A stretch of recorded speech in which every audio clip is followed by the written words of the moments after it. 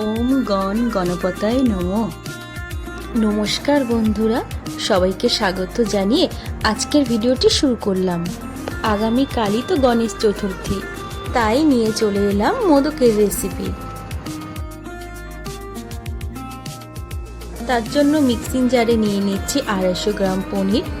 পনিরটাকে একটু ছোট ছোট করে কেটে নিয়ে তারপর মিক্সিং জারে দিচ্ছি। ভাদ্র মাসের শুক্লা চতুর্থীতে পালিত হয় গণেশ চতুর্থী, আর মোদক বিনা কিন্তু গণেশ চতুর্থী একেবারে অসম্পূর্ণ।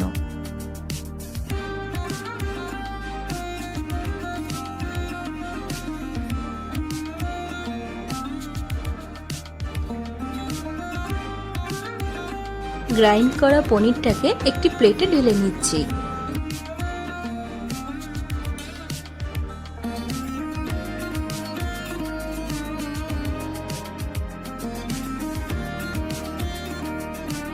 এরপর দিয়ে দিচ্ছি 2 টেবিল চামচ মতন চিনির গুঁড়ো। চিনির গুঁড়োটা করার সময় আমি মিক্সিং জারে 6-7টা এলাচ ভেঙে দিয়ে দিয়েছিলাম। এতে করে চিনিতে দারুণ একটা ফ্লেভার আসবে। চিনি দেবার পর ভালো করে পনিরটাকে মেখে নিতে হবে।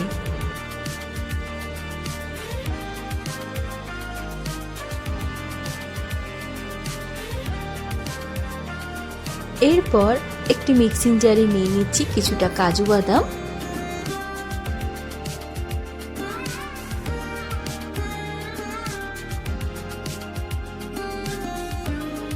কাজু বাদামের গুঁড়োটা একটা বাটিতে ঢেলে নিচ্ছি।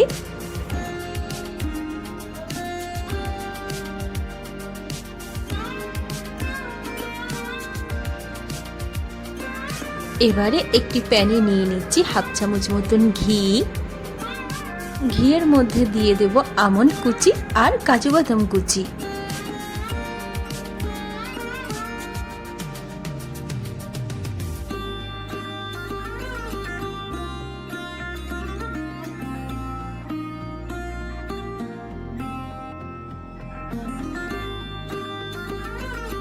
বাদামগুলো একটু ভাজা ভাজা হয়ে আসলে তাতে দিয়ে দেব কোরানো নারকেল।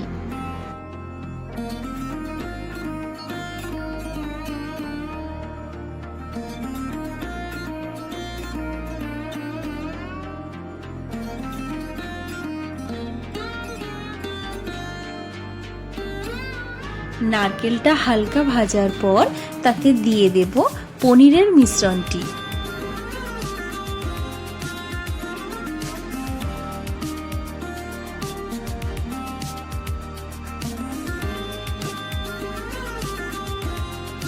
সবগুলো একসাথে ভালো করে মিক্স করে নেব।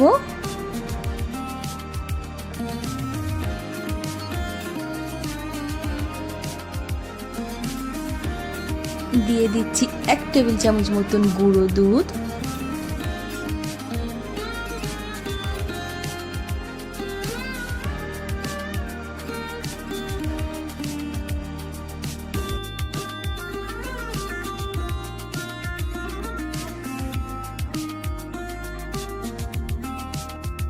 কিছুটা কেশর আমি জলে ভিজিয়ে রেখেছিলাম, সেটিকে দিয়ে দিলাম।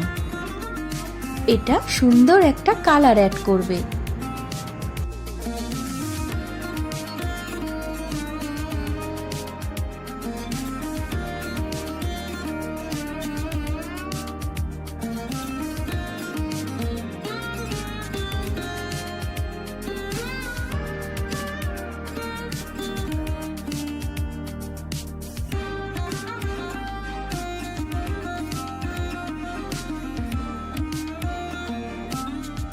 এই পর্যায়ে সেই কাজু বাদামের গুঁড়োটি দিয়ে দেব।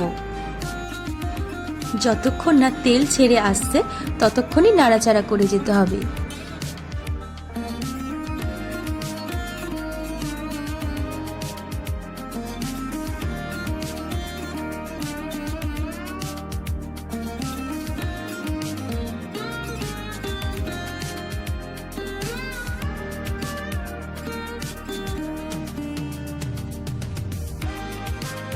দেখুন তেলটা ছেড়ে এসেছে, আর সেটা কত সুন্দরভাবে বোঝা যাচ্ছে। দেখুন, ব্যাস মোদকের পাকটি আমার তৈরি।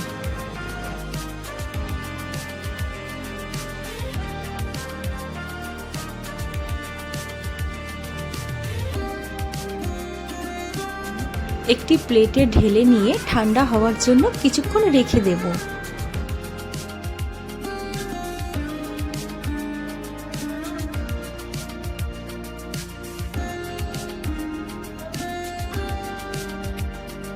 এরপর নিয়ে নিচ্ছি মোদক বানানোর একটি মোল্ড বা ছাঁচ। এবারে আর কি, মোল্ডের গায়ে একটু ঘি মাখিয়ে নিয়ে তাতে পছন্দ মতন ড্রাই ফ্রুটস অ্যাড করে মোদকের পাকটি ভালো করে ভরে ঠিকঠাকভাবে চেপে নিলেই মোদক তৈরি।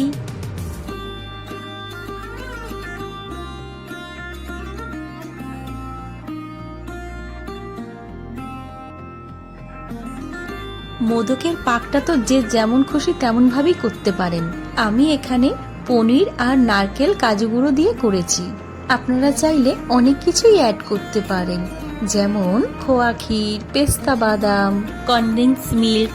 ওই যে কথায় আছে না, যত গুড় দেবেন ততই মিষ্টি হবে। তবে এই পদ্ধতিতে আপনারা এইভাবে মোদক বানিয়ে দেখতে পারেন। আশা করছি সবার ভালো লাগবে।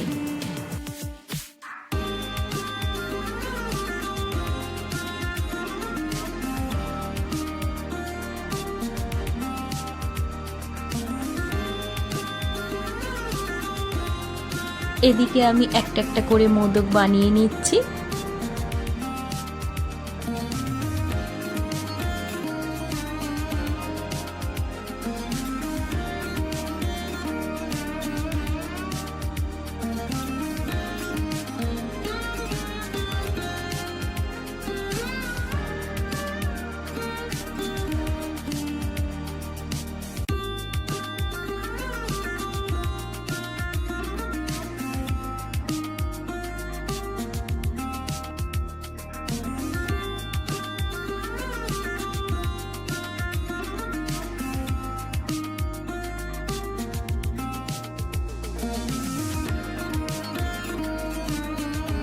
দেখুন তো একেবারে দোকানের মতো দেখতে হয়েছে কিনা। তবে হ্যাঁ, এর স্বাদ কিন্তু দোকানের মতো হবে না, তার থেকে অনেক গুণ বেশি ভালো হবে। ওদিকে আমি যেটুকু পাক বাকি ছিল সেগুলো দিয়ে ছোট ছোট নাড়ু বানিয়ে নিয়েছি। এখানে একটি প্লেটে কিছুটা গুঁড়ো দুধ নিয়ে নিয়েছি।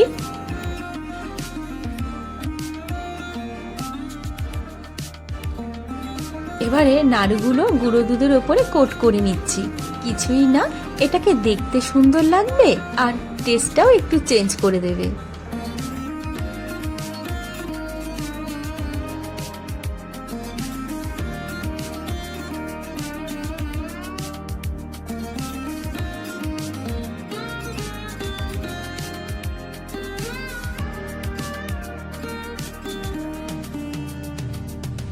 তো বন্ধুরা, আজকের ভিডিওটা যদি আপনাদের ভালো লেগে থাকে তাহলে অবশ্যই একটা লাইক দিয়ে দেবেন, শেয়ারও করে দেবেন। আর চ্যানেলে নতুন এসে থাকলে চ্যানেলটিকে সাবস্ক্রাইব করে পাশে থেকে যাবেন। আর যদি মনে হয় আমার ভিডিও সবার প্রথমে আপনাদের কাছে গিয়ে পৌঁছাবে তাহলে বেল আইকনটি প্রেস করে দেবেন। সবার গণেশ চতুর্থী ভালো কাটুক। আজ তাহলে আসি, সবাই ভালো থাকবেন। ধন্যবাদ।